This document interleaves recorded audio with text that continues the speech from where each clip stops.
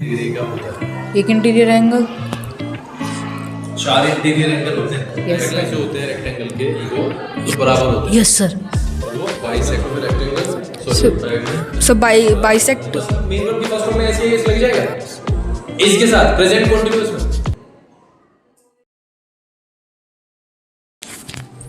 करें start. Yes sir. एक notebook दे दो मुझे, बाकी सब रख दो।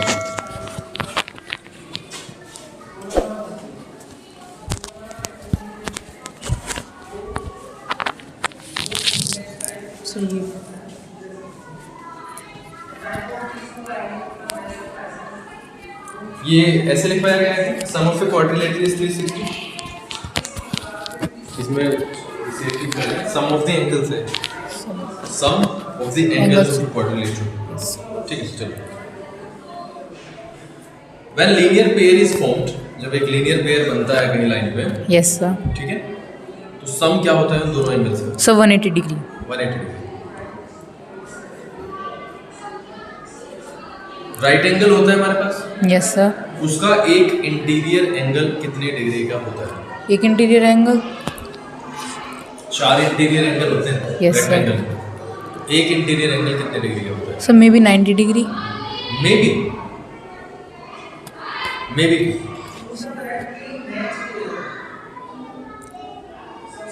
मे बी का तो कोई काम ही नहीं है। हाँ जी मन, कितने डिग्री का होता है? Sir 90 degree. 90 degree. Confirm? Yes.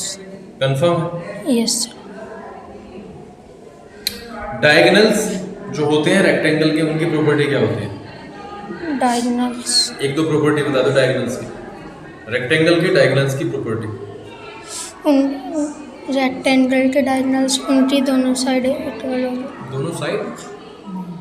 Diagonals की साइड कौन सी होती है? पर्दे से मतलब को आगे, डायगोनल्स की साइड कौन सी होती है? डायगोनल्स की साइड कौन सी होती है आप बताओ। सर आमने सामने की साइड सर इक्वल होती है। वो तो रेक्टेंगल की होती है, मैं डायगोनल्स की पूछ रहा हूँ। सर डायगोनल्स की प्रॉपर्टी क्या होती है? सर रेक्टेंगल का जो डायगोनल होता है सर डायगोनल बनते हैं सर, जो बाइसेक्ट होते हैं सर, अच्छा सर बराबर इक्वल होते हैं। इक्वल होते हैं, आराम से बिना कंफ्यूजन। इक्वल होते हैं। बिना कंफ्यूजन। डायगोनल्स जो होते हैं रेक्टेंगल के वो तो बराबर होते हैं यस सर। और वो बाइसेक्ट करते हैं। सर बाइसेक्ट वो सर 90 डिग्री पे करते हैं। बाइसेक्ट 90 पे करते हैं? ये तो लिखवाया भी नहीं मैंने।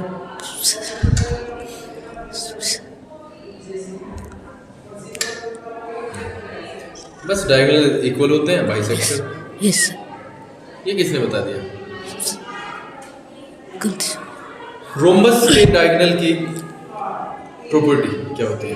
रोम्बस सर वो सर उसके जो सर डायगोनल जो सर बाइसेक्ट होते हैं सर, वे इक्वल होते हैं। बाइसेक्ट होते हैं तो इक्वल होते हैं। ये क्या होता है? डायगोनल्स की प्रॉपर्टी पूछ रहा हूँ, वे भी बाइसेक्ट होते हैं, वे भी इक्वल होते हैं, मतलब ढंग से बताओ प्रॉपर्टी क्या होती है सही से। सर वो सर पैरेलल होते हैं, आमने सामने की साइड वो सर पैरेलल होते हैं। रोम्बस होता है वो तो, रोम्बस में एक पेयर होता है। यस। अच्छा आमने सामने की साइड्स इक्वल होती हैं या चलो साइड इक्वल होते हैं, वो दूसरी चीज। मैं डायगोनल के बारे में पूछ रहा हूँ। डायगोनल सर डायगोनल बाइसेक्ट बोलो ना फिर। सर डायगोनल बाइसेक्ट होते हैं और सर वे 90 डिग्री बाइसेक्ट होते हैं सर। 90 डिग्री बाइसेक्ट होने का मतलब क्या होता है? इसका मतलब वो जो पिक्चर है वो साफ नहीं है। जो रोम्बस बनता है वो फिर डायगोनल खींचे जाते हैं, इसका मतलब वो पिक्चर ही क्लियर नहीं है कि कैसे डायगोनल बनेंगे और कैसे 90 डिग्री बनेगा। हाँ जी आप इसे क्लियर करो जरा। Sir rhombus of a diagonal bisect at 90 degree. Diagonals of a rectangle, sorry diagonal sir bisect diagonals of a rhombus. Yes, sir. Is the rate sir at 90। At 90. Yes sir. अच्छे square की जरा property बताओ। Square की square की सारी sir चारों side होती हैं सर, वे इक्वल होती हैं। और सर जो और सर रुको सर 90 डिग्री सभी राइट एंगल होते हैं सर, उसके सारे जितने भी angles. Yes sir, interior angles होते हैं सर। वो जो है 90 डिग्री होता है। Yes sir. Right angle. Area कैसे निकाला जाता है चंदन ट्रेपेजियम का? So 1/2 into sum of parallel side into h 1/2 into sum of parallel sides. height. Area of rectangle? So length into breadth. Diagonal of rectangle?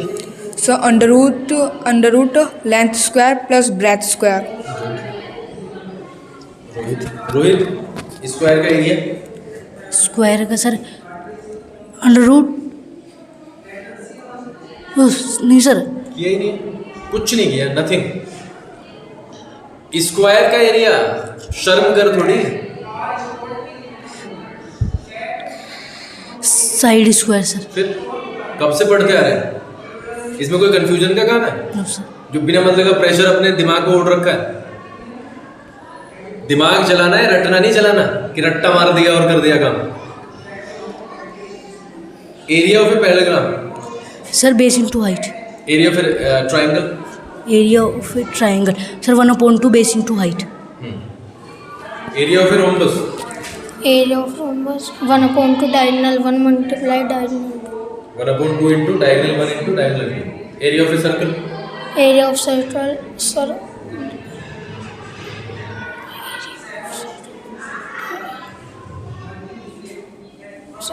r square सबसे simple. Area of a circle? pi r square diameter of a circle? 2r month Pythagoras theorem हमें बताओ जरा। Pythagoras theorem? sir Pythagoras theorem sir use बताना। Use नहीं बताना, क्या होती है पूरा फॉर्मूला बताओ, क्या होता है पाइथागोरस थ्योरम का? किसकी नोटबुक है ये? स्पेलिंग क्यों नहीं पूरी लिखी हाइपोटेन्यूज? हाइपोटेन्यूज की स्पेलिंग क्यों नहीं पूरी? क्यों शॉर्ट में? क्या शॉर्ट में होता है? स्पेलिंग नहीं आती है? स्पेलिंग याद नहीं करनी है? क्या होती है स्पेलिंग? हाइपोटेन्यूज। पहले में गलत हो गया। हो गया शॉर्ट? हो गया शॉर्ट? ऐसे होता है शॉर्ट। अपनी अपनी चलाओगे ना, सबके सब अपनी चला रहे हैं तो ऐसे ही होगा, पता ही नहीं चलता कुछ। हाँ जी, Pythagoras theorem. Pythagoras theorem? hypotenuse का square is equals to base का स्क्वायर। इस लगाओ या इक्वल्स टू लगाओ? इसके साथ में एस कैसे लग सकता है मेन वर्ब की फर्स्ट फॉर्म में? आप बताओ, आप तो सेंटेंस पढ़ रहे हो ना सारे। इस जब हमने लगा दिया, इक्वल में एस क्यों लगेगा? बोलो। hypotenuse square is equal to base square plus altitude square.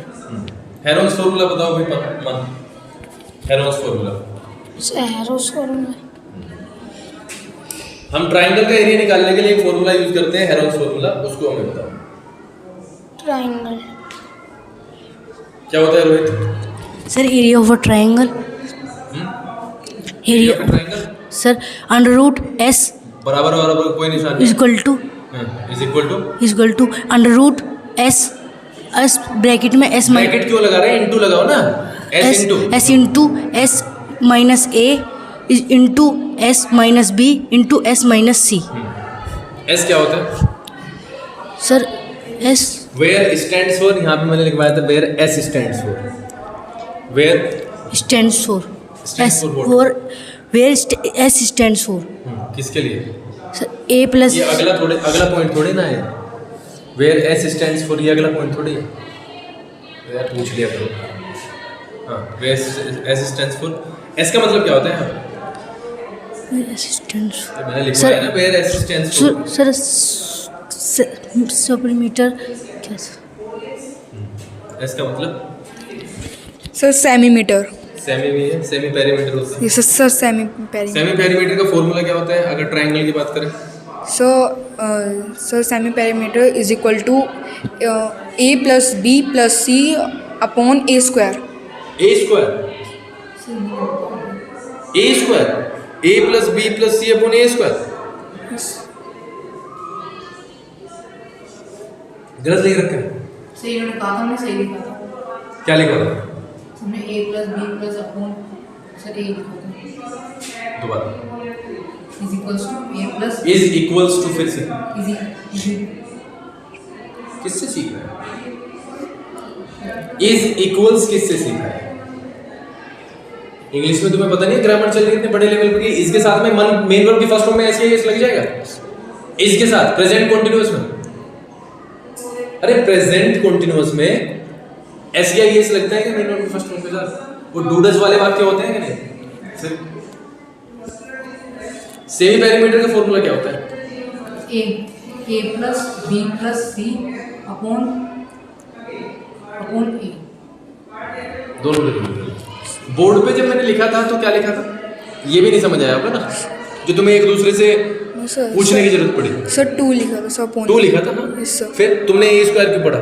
Sir वो सर वहाँ नीचे सर ए लिख रहा था ना, तो तो सर टीचर अवेलेबल है तो पूछने में क्या दिक्कत है?